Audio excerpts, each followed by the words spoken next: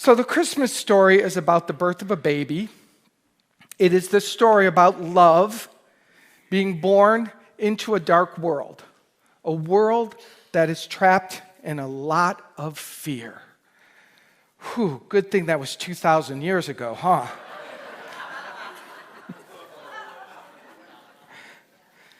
Why hasn't the world changed? Why hasn't the world changed?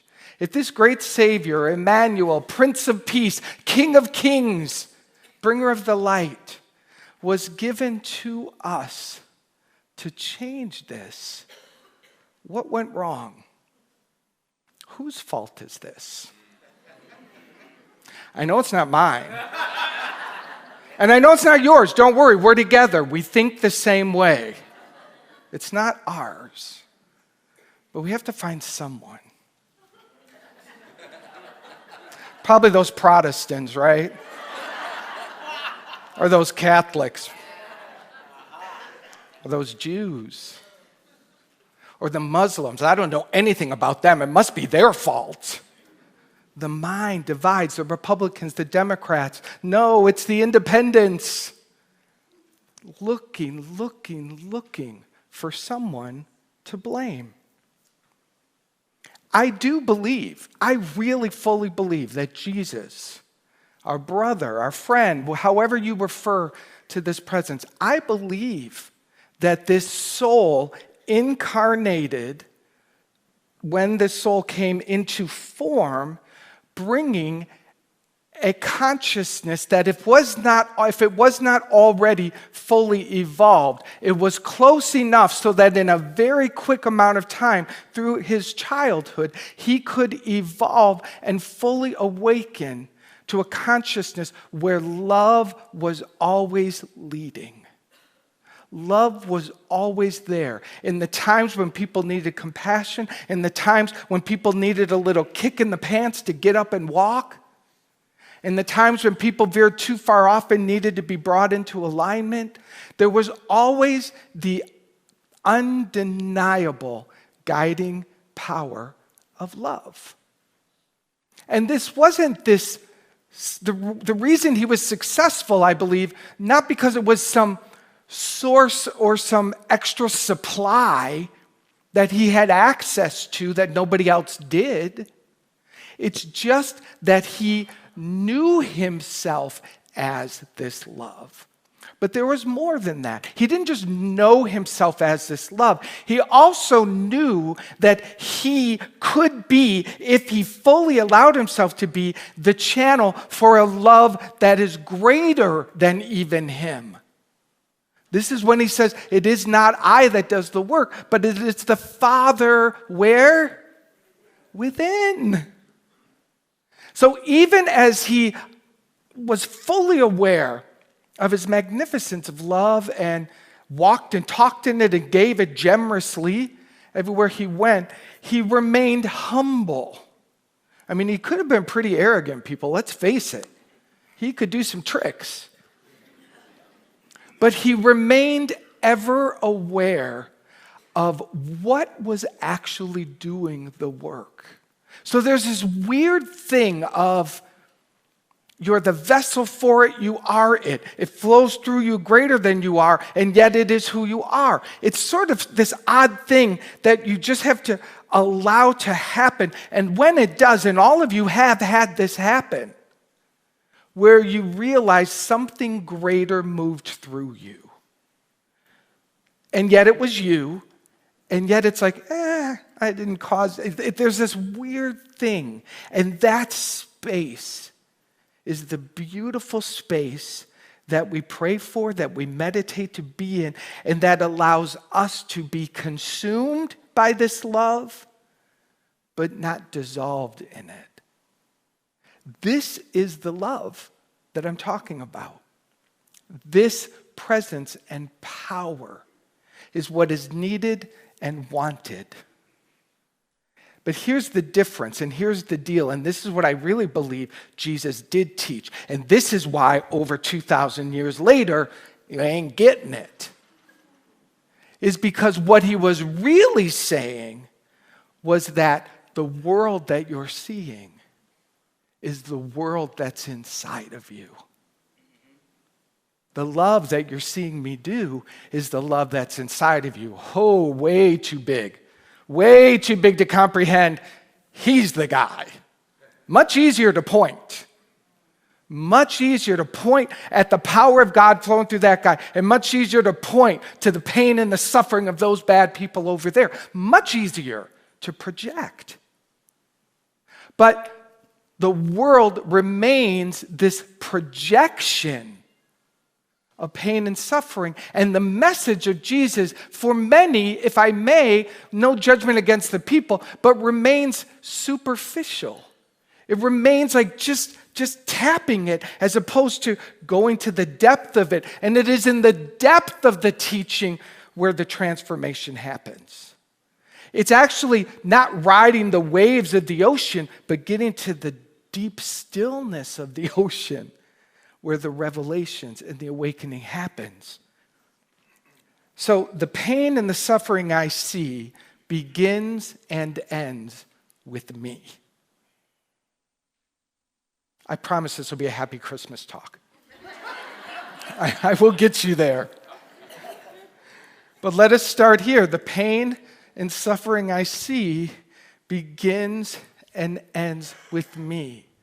And the reason I can actually hold that as true for me, honestly, I genuinely can. Not perfectly, but good. Really good.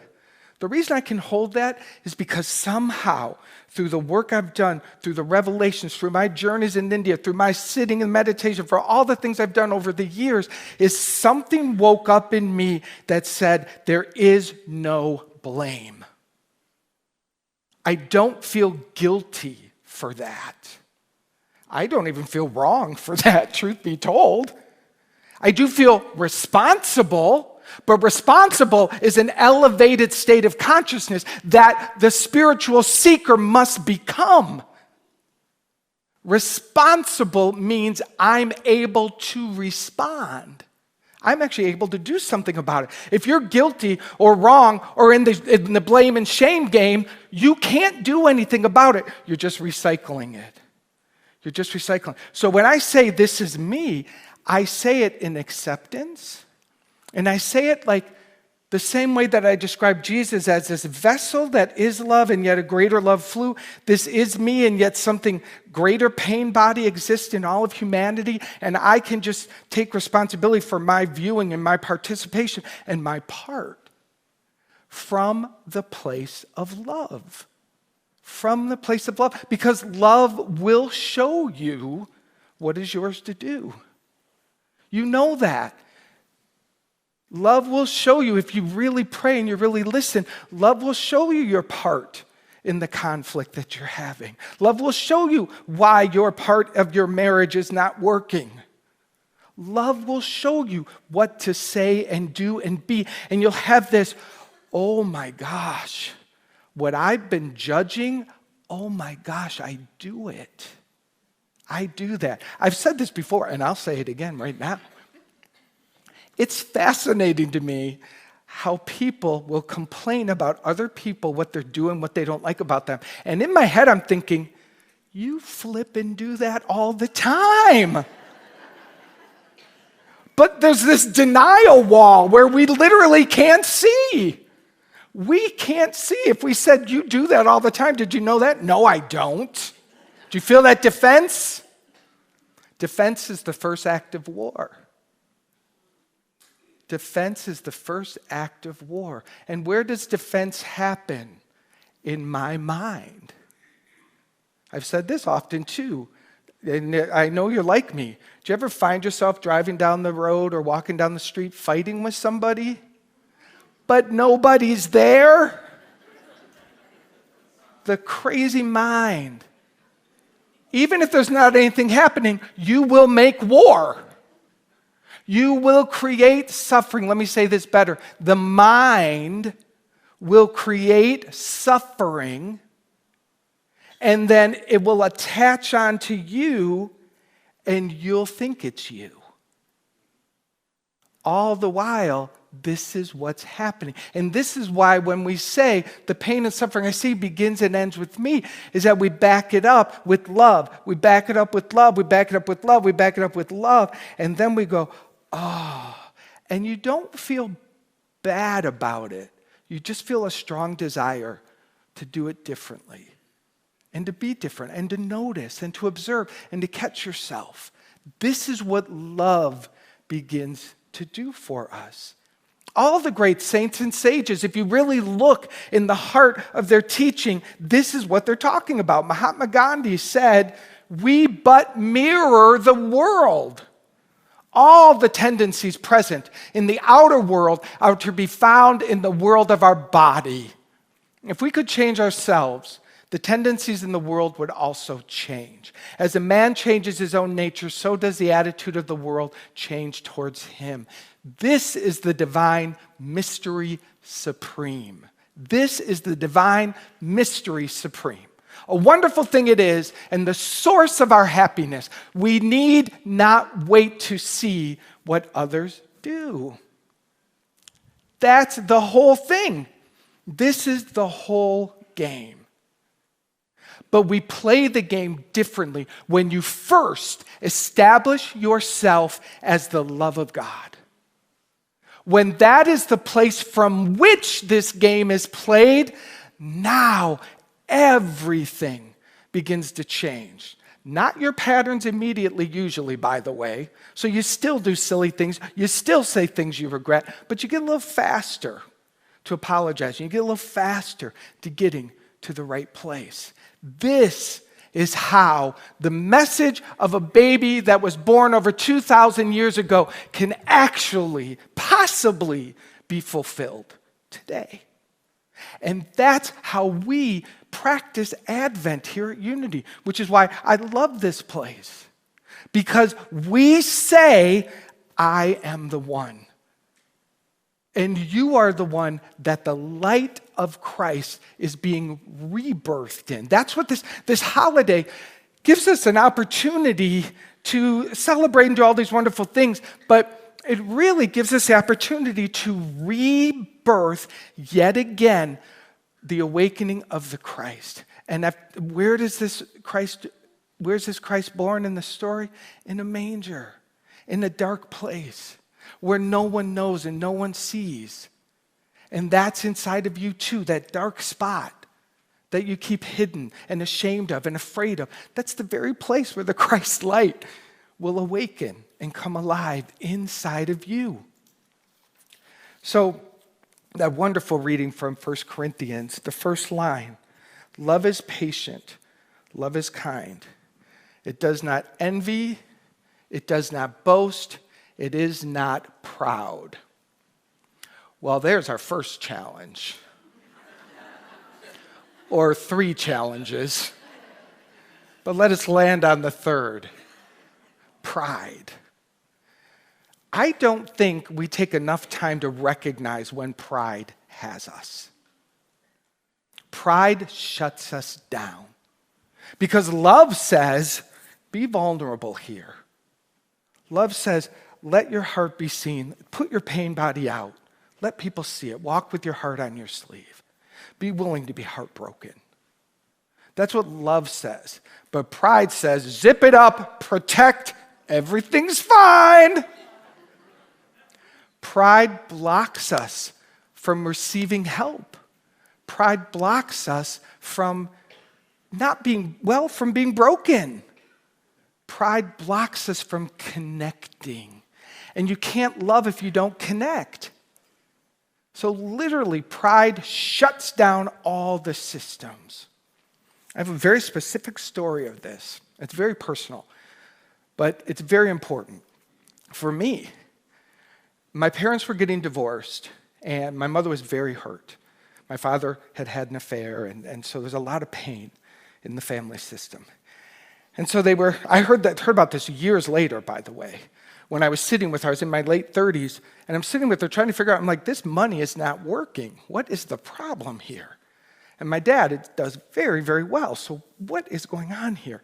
Then I hear the story that when it was time to figure out the splitting of the pension and all these things, she said, F you, keep your pension. Right? Right? 25 years later, 5 kids. And it's not about right or wrong. I don't care. That's their karma to play out. But what I point to is, wow, look at the pride. Look at the pride that stops someone from going, hey, wait a minute, what's rightfully mine by consciousness? What's rightfully mine from the time we spent together and all that is here, which is really what is the ideal situation of conscious uncoupling. But when pride comes into the game, receiving everything is blocked. And that changed the whole trajectory of a life, one moment of false pride. Where is pride blocking you from moving forward, from healing a relationship? You will not discover the awakening of the Christ light and keep your pride. Does that make sense to you? Don't feel bad about it. Just feel responsible and excited to change. Love is not these things. Love, and what it's really saying is love can't flow through envy. Love doesn't flow through boasting. Love doesn't flow through pride. But all of these things, by the way, I want to point out especially envy and boasting. What they really are is just exaggerated expressions of something very natural. Let's look at boasting.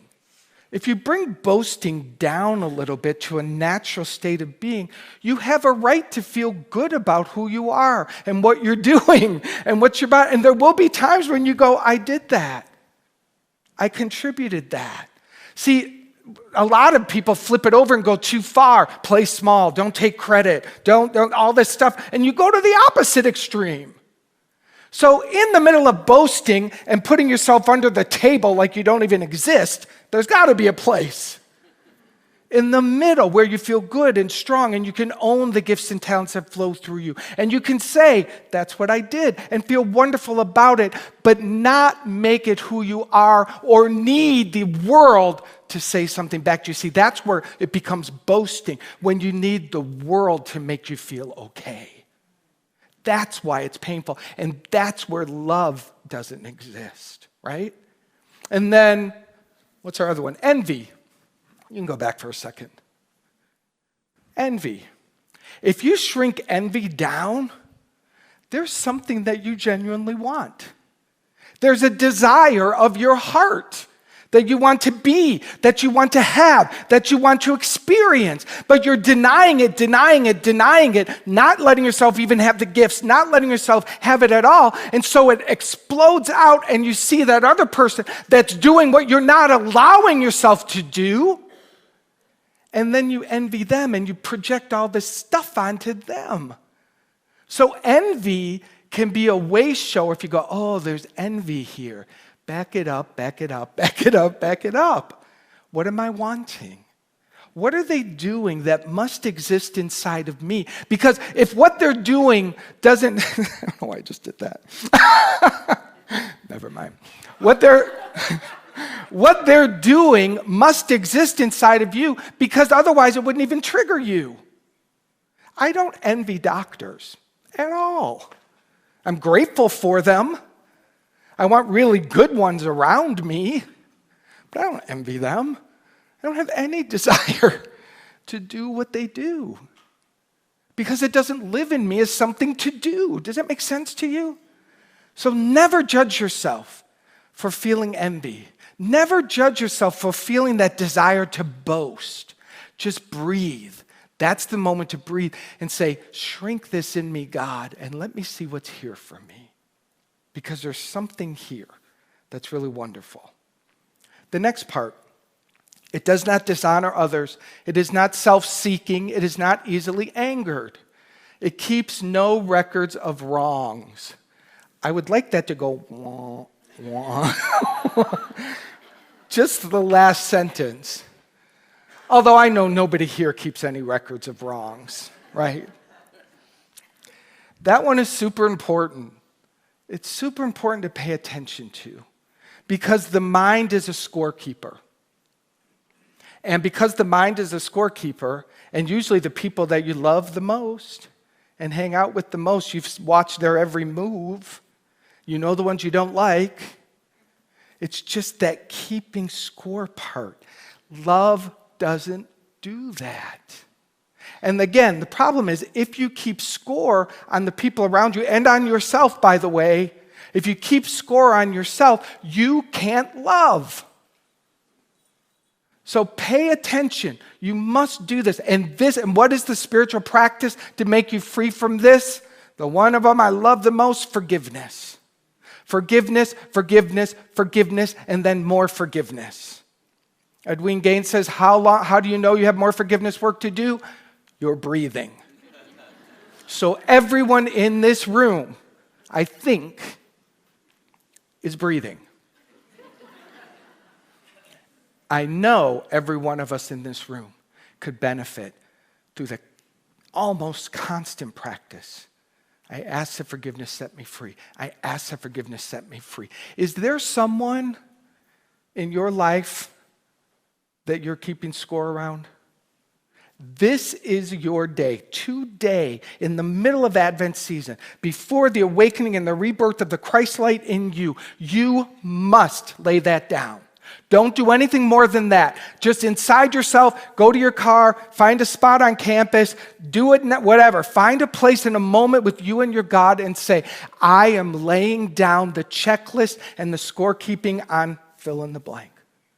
Just hand it over and then ask the Holy Spirit to help you not pick it back up. And when you do, don't feel bad about it. Just lay it down again and lay it down again and lay it down again. Do it as much as you have to. It will make you stronger in your faith, stronger in your faith. You can't have a list of what other people are doing wrong. You can't. There's a door that I'm talking about here. There's a gate that I'm presenting to you that I'm almost begging you to walk through. And this is one of the requirements to walk through that gate.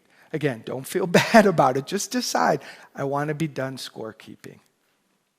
Because love will do its work. All right, and then the next one. Love does not delight in evil, but rejoices with the truth. It always protects, always trusts, always hopes, always preserves, always protects. I love this. I've heard people say here, well, if you guys are unconditional love, then everybody and anything should be allowed here. No. If you can't be nice and you don't like being here, then you can't be here. Because we have a responsibility to make this a safe and kind and sacred place where people can do their work. And yes, you can be sloppy. Yes, you can fall down. But if you can't quite get there and you're causing harm, then we must love you and protect what is here.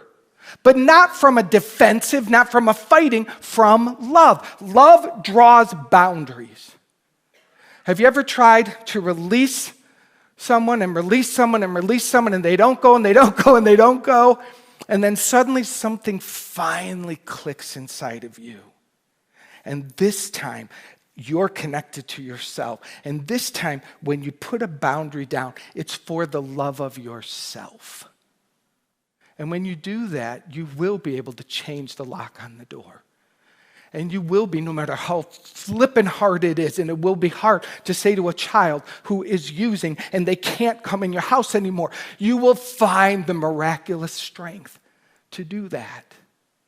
Or whatever it is, love is for you and it will protect you. And it will help you make the harder choices. But when your harder choices come from love, that other person is infinitely blessed.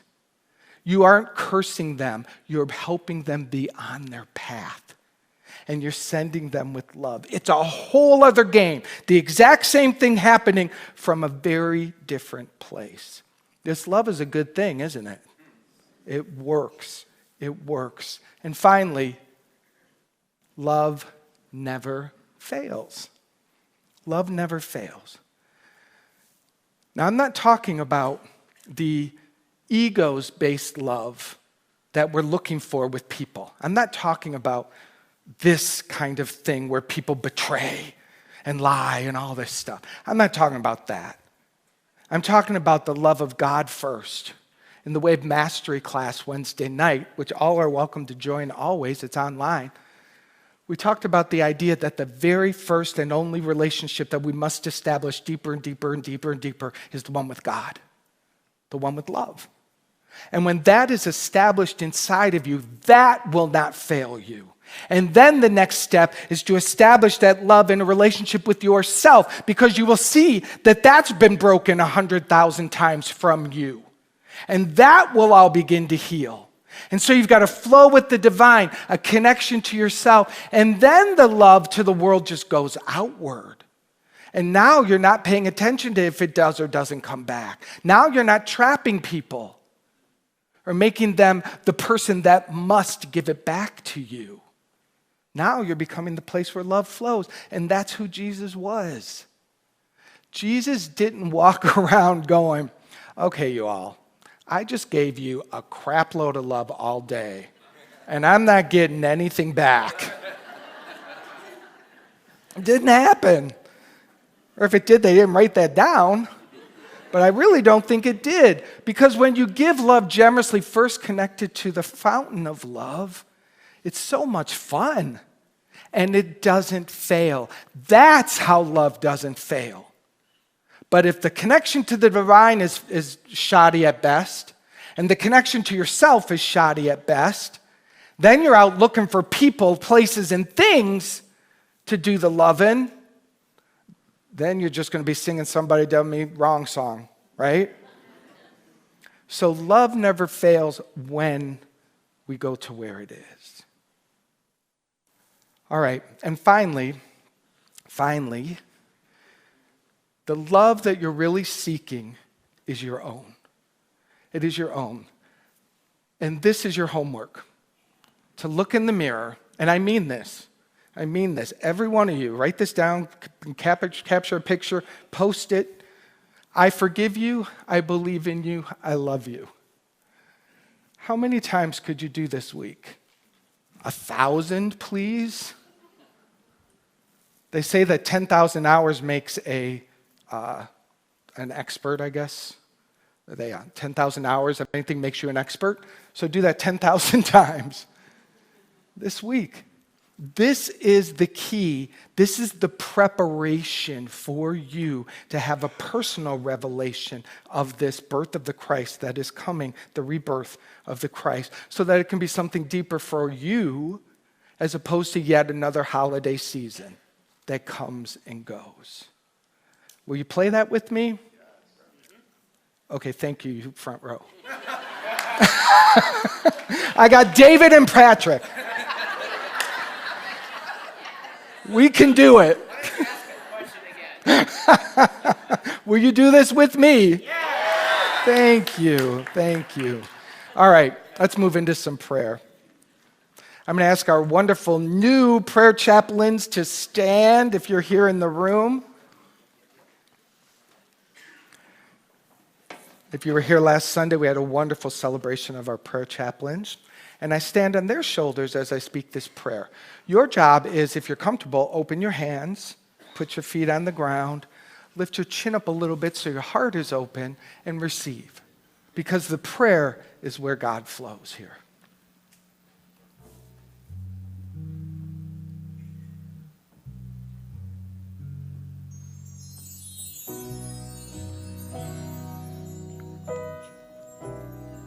Take a breath. I send my love over the mountains.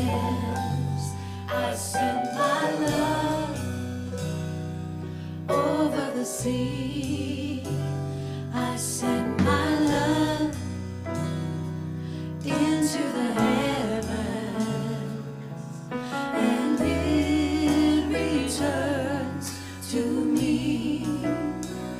I send my joy. Keep breathing. Over the mountains. Prepare yourself for prayer. My joy over the sea. I send my joy into the heavens.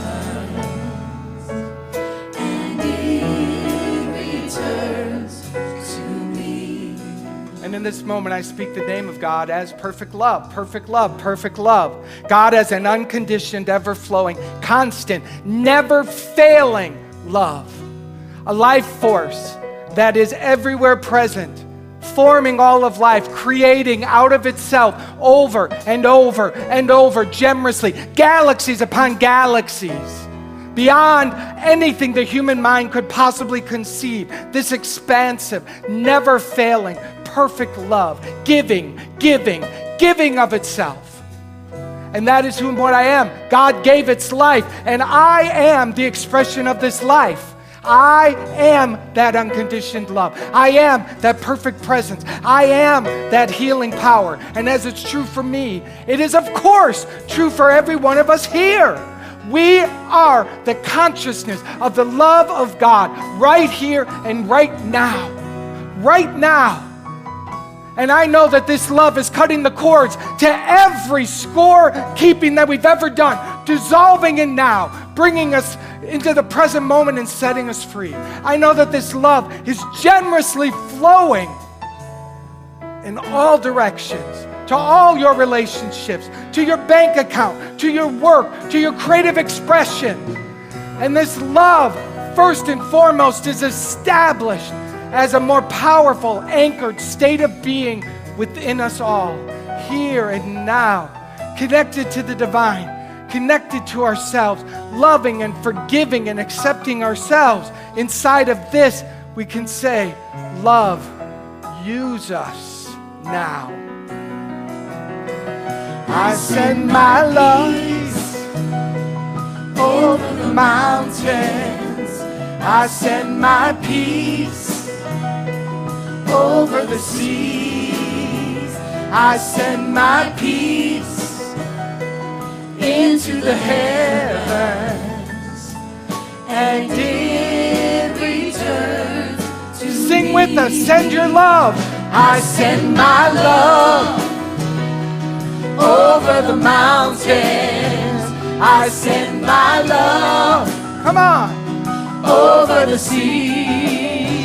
I send my love into the heavens, and it returns to me. Love. I send my love. Sing it out. Over the mountains. Send it out. I send my love. Send it out. Over the seas. I send my love into the heavens, and it returns to me, and it returns to me. And so it is, and so it shall be. Amen. Amen.